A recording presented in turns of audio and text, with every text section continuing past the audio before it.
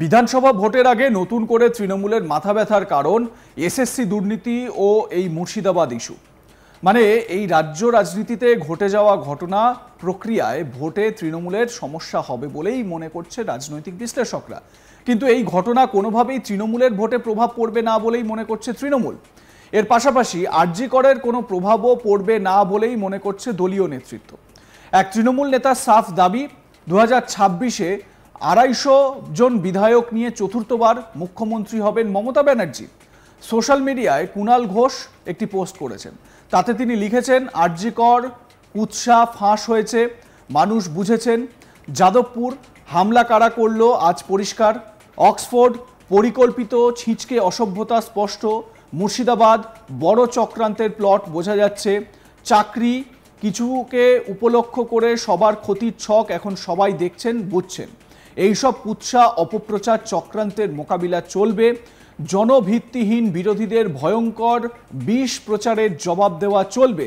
মুখ্যমন্ত্রীর নেতৃত্বে কয়েকজন দলীয় নেতা, সৈনিক, সমর্থক, শুভানুধ্যায়ী, সোশ্যাল মিডিয়ার কর্মী যাবতীয় বিষ পান করেও লড়াইটা দিচ্ছেন।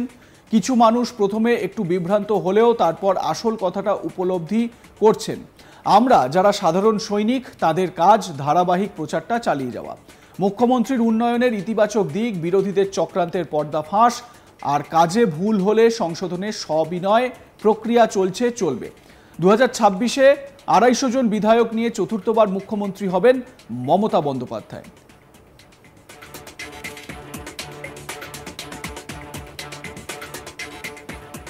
কিন্তু আদৌ কি তৃণমূল এই ভোটে জিততে পারবে?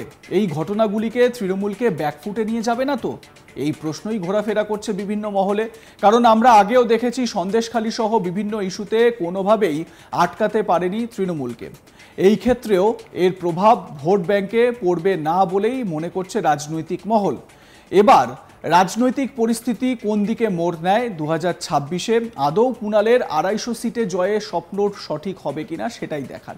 এবারে এখানে মজার একটা বিষয় হচ্ছে, অভিষেক বন্দ্যোপাধ্যায়, যিনি দলের সাধারণ সম্পাদক, এবং TMC supremo, Trinamool supremo Mamata Banerjee, তারা কিন্তু বলছেন যে 215 পেতেই হবে, তার বেশি পেলে তো খুবই ভালো, কিন্তু মিনিমাম 215 আমাদের টার্গেট, বা 215-র বেশি আমাদেরকে টার্গেট রাখতেই হবে।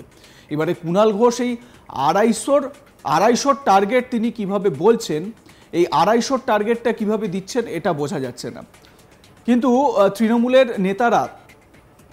তৃণমূলের বিভিন্ন নেতারা বিভিন্ন সময় বলেন যে সারদা নারদা যখন হয়েছে, তার পরবর্তী পর্যায়ে যখন ভোট হয়েছে, তৃণমূল কংগ্রেস অনেক বেশি আসনে জিতেছে।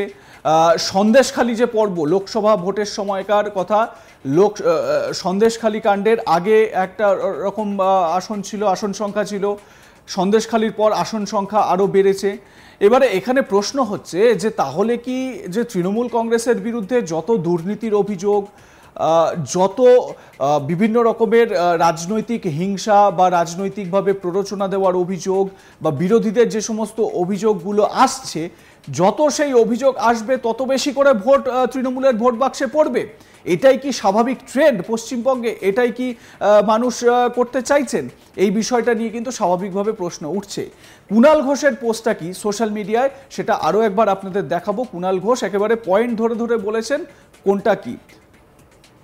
কুণাল ঘোষ যেরকম বলছেন, আরজি কর কুৎসা ফাঁস হয়েছে, মানুষ বুঝেছেন।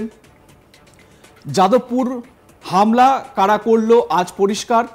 অক্সফোর্ড নিয়ে বলেছেন, পরিকল্পিত ছিঁচকে অসভ্যতা স্পষ্ট। মুর্শিদাবাদ বড় চক্রান্তের প্লট বোঝা যাচ্ছে। চাকরি তিনি বলছেন যে কিছুকে উপলক্ষ করে সবার ক্ষতির ছক এখন সবাই দেখছেন, বুঝছেন। এইবারে কর্মীরা বলছেন এইসব কুৎসা অপপ্রচার চক্রান্তের মোকাবিলা চলবে। জনভিত্তিহীন বিরোধীদের ভয়ঙ্কর বিষ প্রচারের জবাব দেওয়া চলবে।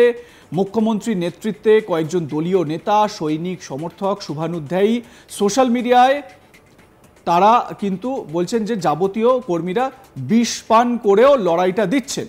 কিছু মানুষ প্রথমে একটু বিভ্রান্ত হলেও তারপর আসল কথাটা উপলব্ধি করেছেন। আমরা যারা সাধারণ সৈনিক, তাদের কাজ ধারাবাহিক প্রচারটা চালিয়ে যাওয়া।